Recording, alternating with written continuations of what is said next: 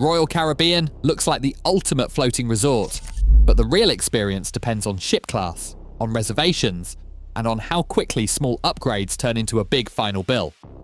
Here is what no one tells you before you book. Choosing a Royal Caribbean cruise isn't just about picking a destination, it's about picking a ship that fits your travel style. The fleet stretches from compact, classic vessels to floating megacities like the Icon Class and Oasis Class. On the largest ships, capacity can reach over 7,000 passengers. Oasis Class ships, for example, pack in 3 distinct promenades, a zipline soaring 9 decks above the boardwalk, a flow rider surf simulator, and a full-size aqua theatre. Icon Class ships, which debuted in 2023, add a second neighbourhood with its own pool and mini water park, plus an indoor aqua dome with panoramic ocean views. Compare that to Radiance Class or Adventure Class ships, which top out at around 2,700 to 2,900 guests. Here, the atmosphere leans quieter and more spacious. You'll find a single promenade, 1 pool deck, and a handful of lounges. Activities are simpler, think a rock climbing wall or a compact water park, without the constant buzz of reservation-only attractions. Crowd levels follow the numbers. On a megaship, the main pool deck can feel packed, with crowds and lines for headline shows and popular activities forming early. Planning becomes part of the experience, especially if you want a shot at the zipline or a seat at the Broadway-style theatre. Smaller ships, by contrast, offer more room to breathe. Wait times for shows are short, and it's easier to find a quiet corner or a last-minute dinner table without a reservation. The choice comes down to what you want out of your cruise. If non-stop entertainment and high-energy options are your thing, the big ships deliver. Just be ready to plan ahead. If you prefer a relaxed pace and less crowding, a smaller ship may fit better. Matching your ship to your travel style is the first step to getting the experience you actually want, not just the one that is advertised. The moment a first-time cruiser opens their Royal Caribbean booking confirmation, the fine print starts to add up. The headline fare covers your cabin, basic meals in the main dining room, and the shows listed on the daily schedule. But everything else, Wi-Fi, specialty coffee, bottled water, soda, and nearly every activity outside the main program falls into the category of extra charges. Automatic gratuities are a nightly reality. As of November 2024, Royal Caribbean adds $18.50 per guest per night for standard cabins and $21 per guest per night for suites. This fee is not optional. It is applied directly to your onboard account and split among the staff. For a family of 4 in a balcony cabin, a 7-night cruise means $518 in gratuities alone, before anyone orders a drink or steps foot in a specialty restaurant. Port taxes and government fees are another layer, varying by itinerary. Caribbean sailings often tack on $111 to $144 per person, while Alaskan routes can reach $350 per passenger. These are not highlighted in the booking flow, but appear as separate line items on your final bill, sometimes surprising travelers who budgeted only for the base fare. Wi-Fi is never included, and the cost depends on the ship and the package. Pricing tiers are rarely shown before embarkation, but travelers report daily rates ranging from $10 to $20 per device per day. The lack of transparency has prompted complaints, especially from guests who rely on connectivity for work or family back home. Specialty dining, drink packages, spa treatments, arcade games, and shore excursions all come with their own price tags. Even a simple photo with the ship's mascot can show up as a $20 charge on your statement. For first-timers, the steady drip of add-ons can turn a carefully planned budget into a running tally of surprises. Most guests only realize the true scope of these extras when the final SeaPass statement lands on their cabin door the night before disembarkation. SeaPass is more than just a room key. It is the financial nerve center of your cruise. Every drink, arcade swipe, and short excursion funnels through this single account. Each night, Royal Caribbean estimates your next day's spending and places a temporary authorization on your card, often $250 to $300 per adult. For families, these holds can quietly add up to $2,500 by the end of a week-long sailing, tying up available credit until the cruise is over. Before you even step aboard, a $99 verification charge appears on your statement. This is not a real fee, and it usually disappears within 2 days, but it can catch first-time cruisers off guard.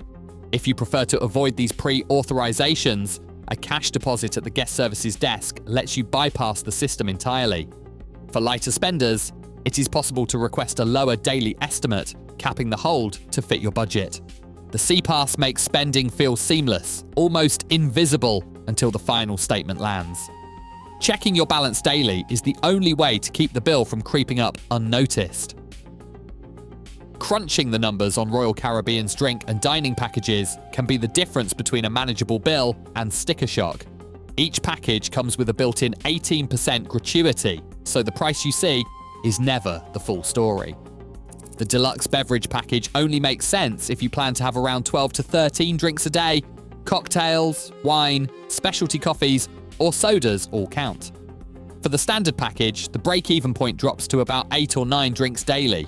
Most families and moderate drinkers rarely hit those thresholds, especially on port-heavy itineraries when you are off the ship much of the day. Pay-as-you-go is often cheaper unless you are celebrating or planning to lounge poolside from sunrise to midnight. Specialty dining carries its own math.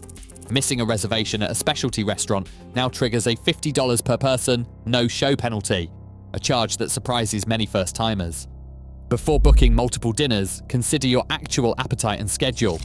Pre-cruise calculations, factoring in how much you will realistically eat or drink, are the best guardrail against overspending. Royal Caribbean's packages can be a good value, but only if your habits match the fine print. On the world's largest cruise ships, planning isn't just a suggestion. It is the difference between seeing the headline show or hearing about it from the hallway. Royal Caribbean opens reservations for its most popular activities and dining about 30 days before embarkation. Within 48 hours of that window, prime slots for Broadway-style productions, the zip line, and specialty restaurants can disappear, snapped up by travelers who set reminders or by elite loyalty members with early access. Guests at the top of the Crown and Anchor Society or holding elite SeaPass tiers often find their seats and tables already assigned, leaving everyone else to compete for what is left. The digital booking portal tracks every click in real time, so when a show or dining slot hits capacity, it is instantly greyed out and gone. Travel advisors, especially those who cruise frequently, urge clients to log in the moment reservations open, prioritize must-dos, and secure them before the rush. Waiting until you board almost guarantees you will be shut out of the most coveted experiences. On Royal Caribbean's biggest ships, the early bird isn't just a cliche, it is the only way to catch the main event. Not all cabins are created equal. Location can make or break your sleep. On the newest Icon Class ships, mid-deck rooms sometimes pick up a low engine vibration that is easy to ignore during the day, but can rattle you awake at 2 a.m. Forward cabins, especially on higher decks, catch the brunt of wind noise and the thud of crew activity as the ship docks before sunrise. Aft balconies, tucked at the back, tend to be the quietest spots, far from the elevators and late-night traffic. Boardwalk and promenade view balconies offer a lively scene, but you are trading ocean views for the constant sounds of music and crowds. Guarantee category rooms near the elevators might seem convenient, but the steady hum of foot traffic can be relentless. When booking, check the deck plan and aim for a spot away from public spaces and machinery. A little research up front can save you from sleepless nights and the urge to pay extra for upgrades once you are on board. Perfect day at CocoCay sounds like a free tropical playground, but the moment you step onto the island, the upsell ecosystem comes into focus. Access to the main beach, the lagoon pool, and basic dining is included, but the best spots, like private cabanas, the Coco Beach Club, and exclusive water park slides, come with price tags that can shift week to week. Early birds might find a cabana for $120 to $400, but wait until the day of sailing or try to book on the island, and the same cabana can jump to $500 or more, depending on how full your ship is. Admission to the Coco Beach Club, with its infinity pool and upgraded lunch, adds another fee per person. Even the tallest slides and signature attractions aren't part of standard access. For first-timers, it is easy to get swept up in the excitement and only realize after checkout how quickly these extras add up.